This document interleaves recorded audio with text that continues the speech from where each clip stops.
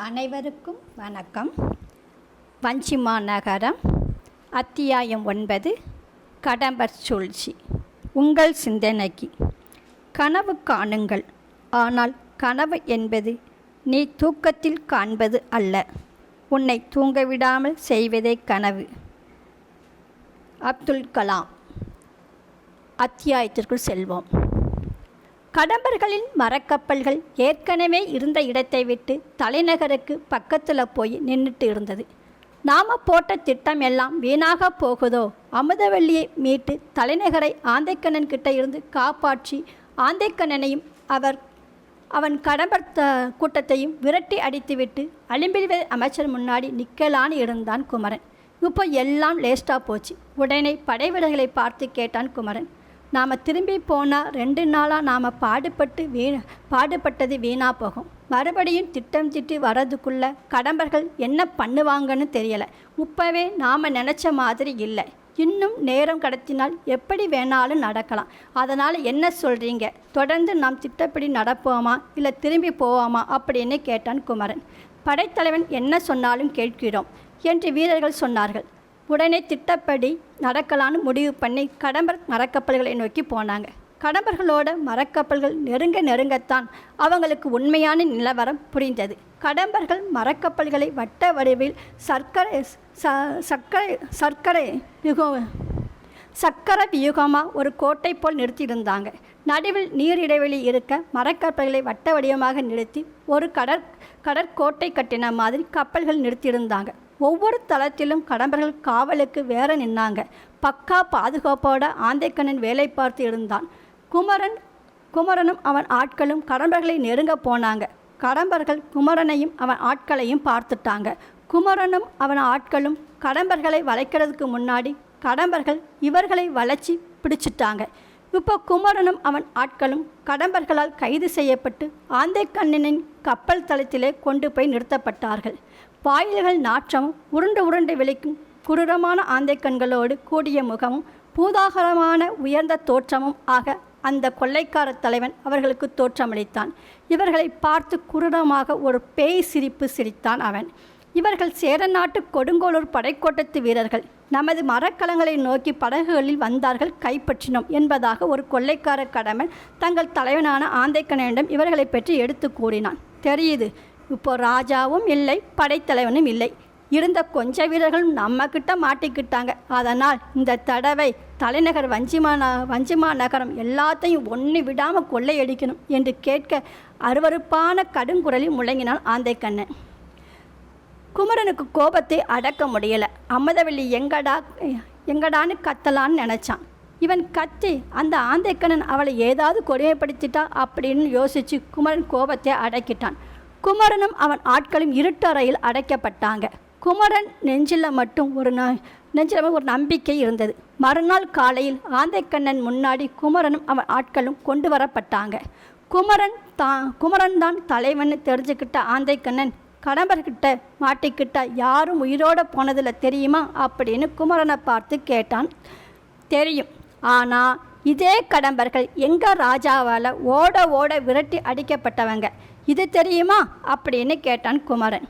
அதுக்கு பழி வாங்கத்தான் இப்போ நான் வந்திருக்கேன். நாளைக்கு ராத்திரி உங்கள் ஊரில் உள்ள எல்லாத்தையும் கொள்ளையடிக்க போகிறோம். நீங்கள் அதை இந்த கப்பலில் இருந்தே பார்க்கலாம் அப்படின்னு சொல்லி சிரித்தான் ஆந்தைக்கண்ணன்.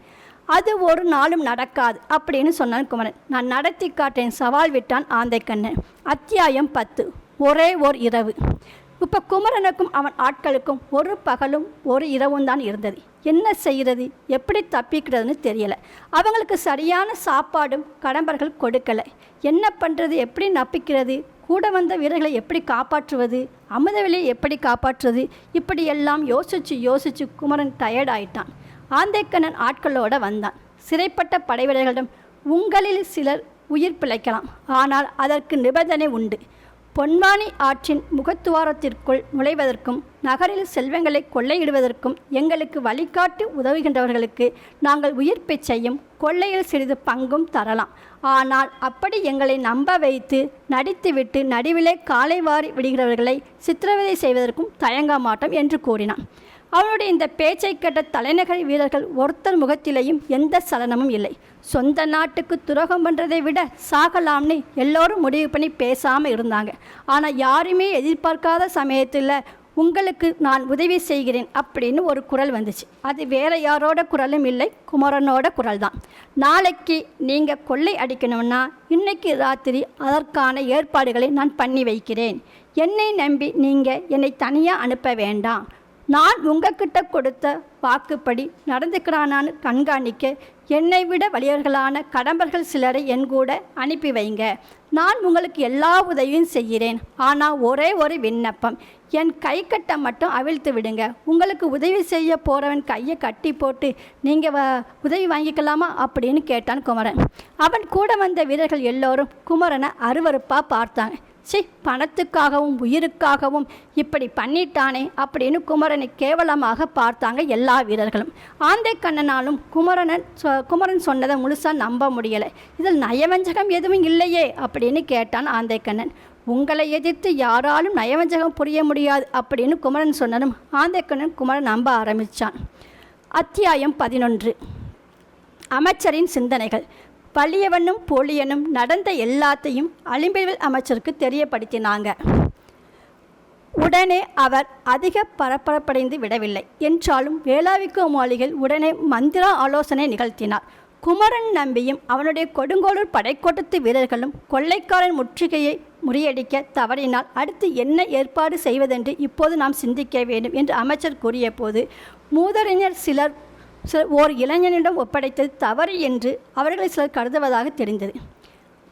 பெரும் வீரரும் பெரும்படை தலைவரும் மாமன்னரோடு வடதிசை படையெடுப்பிற்கு சென்றிருக்கிறார்கள். இந்நிலையில் குமரன் நம்பியை தவிர வேறு யாரும் இல்லை. நீங்கள் நினைப்பது போல் எல்லா காரியங்களையும் வயது முதிர்ந்தவர்களே நிறைவேற்றி தருவார்கள் என்று எதிர்பார்க்க முடியாது. சில காரியங்களை வயது முதிர்ந்தவர்களை விட இளைஞர்கள் ஆர்வத்தோடு நிறைவேற்றி தர முடியும். இது அப்படிப்பட்ட காரியமோ இல்லையோ, நான் இதை அப்படிப்பட்ட காரியமாக ஆக்கிய குமரன் நம்பியை அனுப்பி வைத்திருக்கிறேன் என்றார் அலிம்பில்வேல். குமரனும் அவன் ஆட்களும் முதல் நாள் கடலுக்குள் போய் கடம்பர்களின் கப்பல்களை பார்த்துட்டு வந்து அதன் பிறகு சேர நாட்டு வில்கொடிகளை எடுத்துக்கொண்டு குமரனும் அவன் ஆட்களும் போனாங்க. போனவங்க என்ன ஆனாங்கன்னு தெரியலை. அமைச்சருக்கு தகவல் அனுப்பி இருந்தாங்க வலியவனும் போலியனும். அமைச்சருக்கு குமரன் மீது நம்பிக்கை இருந்தது. நாட்டை காப்பாற்றுவதோடு அமிர்தவல்லியும் அவன் காப்பாற்ற வேண்டும். ஒரு பொது காரியத்தோடு சொந்த காரியமும் சேரும்போது இரட்டை பொறுப்பு வந்துவிடும். அதனால தான் அமிர்தவல்லியை முன்னிறுத்தி குமரனை கோட்டையை நாட்டை காப்பாற்ற அனுப்பியிருக்காரு அமைச்சர். அதனால் எப்படியும் குமரன் ஜெயிப்பான் என்று நம்பினார் அமைச்சர். அத்தியாயம் 12. குமரன் திரும்புகிறான். அதன் பிறகு ஆந்தைக்கண்ணன் குமரனும் அவன் ஆட்களும் இருந்த இடத்துக்கு வந்தான். குமரனோட வந்த வீரர்கள் குமரனை பார்க்கவே வெறுத்தாங்க. அதனால் ஆந்தைக்கண்ணன் குமரனை முழுசாக நம்பிட்டான். குமரன் கைக்கட்டுக்குள் அவிழ்க்கப்பட்டு ஒரு படகில் ஏற்றப்பட்டான். சுற்றிலும் முரட்டு கடம்பர்கள் உட்கார்ந்திருந்தாங்க. குமரன் கையில் எந்த ஆயுதமும் இல்லை. கடம்பர்கள் கையில் ஆயுதம் இருந்தது. கடம்பர்களை பார்த்து ஆந்தைக்கண்ணன் சொன்னான், இந்த படைத்தலைவன் உங்களோடு வருகிறான் என்பதற்காக இவனையே முற்றிலும் நம்பிவிடாதீர்கள். பொன்வானி முகத்துவாரத்தை நெருங்கியதும் இவனை உடன் வைத்து கொண்டு என்னென்ன நிலைமைகளை அறிந்து கொள்ள முடியுமோ அதை மட்டும் அறிந்து வாருங்கள். முகத்துவாரத்தின் வழியே கரைப்பகுதியில் அதிகமாக உள்ளே நுழைந்து விடவும் கூடாது. அப்படி செய்தால் ஒருவேளை நீங்களே இங்கே திரும்பி வர முடியாத நிலைமைகள் ஏற்பட்டாலும் ஏற்பட்டு விடலாம் அப்படின்னு சொன்னான் ஆந்தைக்கண்ணன். அதன் பிறகு குமரனும் அவன் கூட கடம்பர்களும் படைகள் தலைநகரம் நோக்கி வந்துட்டு இருந்தாங்க. தலைநகரில் படை வீரர்கள் எவ்வளவு பேர் இருக்காங்க, எங்கே பதுங்கி இருப்பாங்க, இப்படி குமரன்கிட்ட கடம்பர்கள் கேள்வி மேல் கேள்வி கேட்டு வந்தாங்க. உள்ளே செல்ல செல்ல நிலைமைகளை நீங்கள் இன்னும் நன்றாக அறியலாம் அப்படின்னு சொன்னான் குமரன். அதன் பிறகு ஒவ்வொரு கரையிலும் குமரனை இறங்க சொல்லி படை வீரர்கள் இருந்தால் திரும்பி போக சொன்னாங்க. கடம்பர்கள் முதல் 2 தடவையும் சொன்ன மாதிரி குமரன் பண்ணினான். 3வது தடவை இறங்கி கரையை கடந்து ஒரு புதருக்குள் போனான். குமரன் திரும்பி வரவே இல்லை. கொஞ்ச நேரம் கழித்து குமரன் வந்தான். அவன் மட்டும் வரல, கூட பல சேரநாட்டு வீரர்களும் வந்தார்கள். அத்தியாயம் 13. ஒற்றன் ஒருவன். குமரன் நம்பியோடு 50 சேரநாட்டு வீரர்கள் வந்தார்கள். அவர்கள் எய்த அம்பில் 3 கடம்பர்கள் செத்து போயிட்டாங்க. 2 பேர் கொடுங்கோடு வீரர்களிடம் சிறைப்பட்டார்கள். உள்ளே செல்ல செல்ல நிலைமைகளை நீங்கள் இன்னும் நன்றாக அறியலாம் அப்படின்னு குமரன் சொன்னது இப்பந்தான் கடம்பர்களுக்கு புரிஞ்சிருந்தது.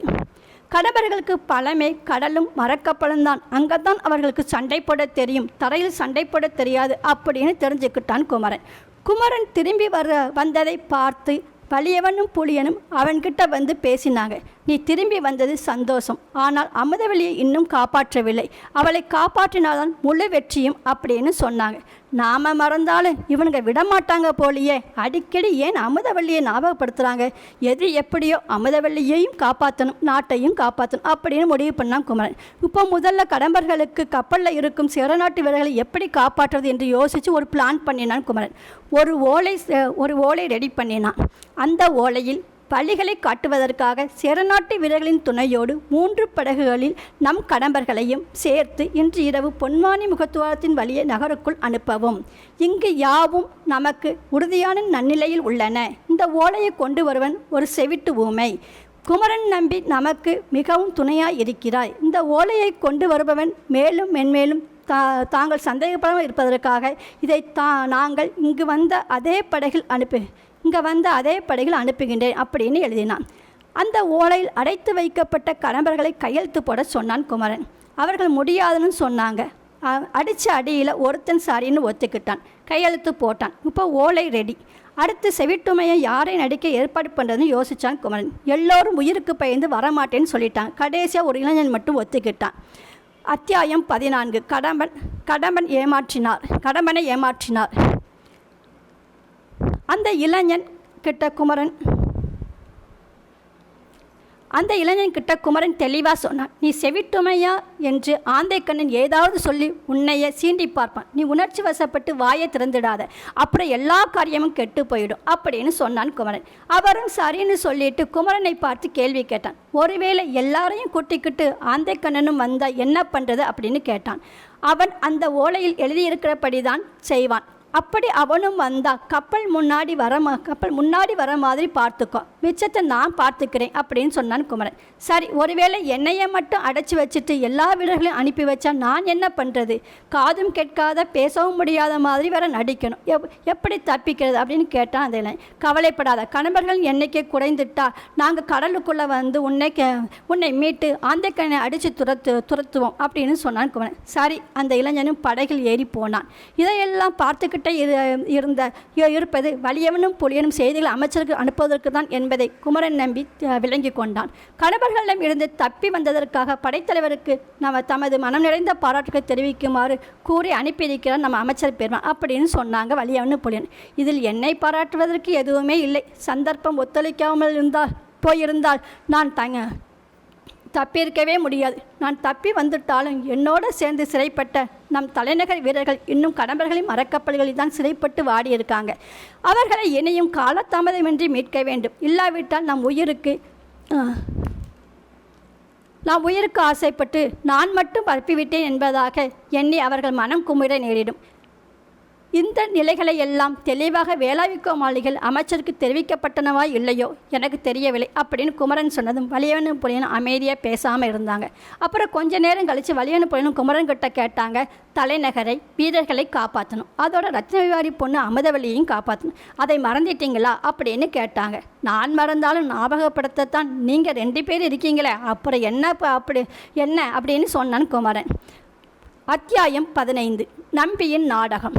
அப்போ அந்த வழியாக படகு வர மாதிரி சத்தம் கேட்டது. உடனே எல்லா வீரர்களையும் தயார்படுத்தினான்.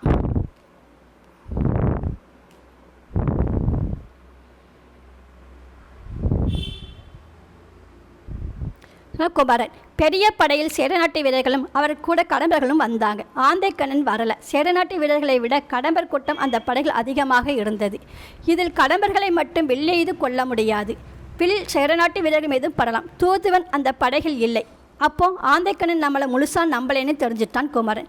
சரி, செவிட்டுமை தூதுவனை அப்புறம் காப்பாற்றிக்கலாம், முதல்ல வந்த சேரநாட்டு வீரர்களை காப்பாற்றலாம், ஒரே நேரத்தில் கடம்பர்களை சிறைப்பிடிக்கணும், சேரநாட்டு வீரர்களையும் காப்பாற்றணும், என்ன பண்ணலான்னு யோசித்தான் குமரன். திடீர்னு குமரனுக்கு ஒரு யோசனை தோணுச்சு. அதன்படி படையில் கடம்பர்களை ஒரு புறமும் சேரநாட்டு வீரர்களை ஒரு பக்கமும் நிறுத்தினான். குமரன் இந்த மாதிரி பிடிச்சு நிறுத்துவதால் கடம்பர்களுக்கு சந்தேகம் வரக்கூடாதுன்னு நினச்சி, இந்த சேர வீரர்கள் நம்மக்கிட்ட சிறைப்பட்டவர்கள், அதனால் இவங்களை தனியாக பிரித்து வைக்கணும்.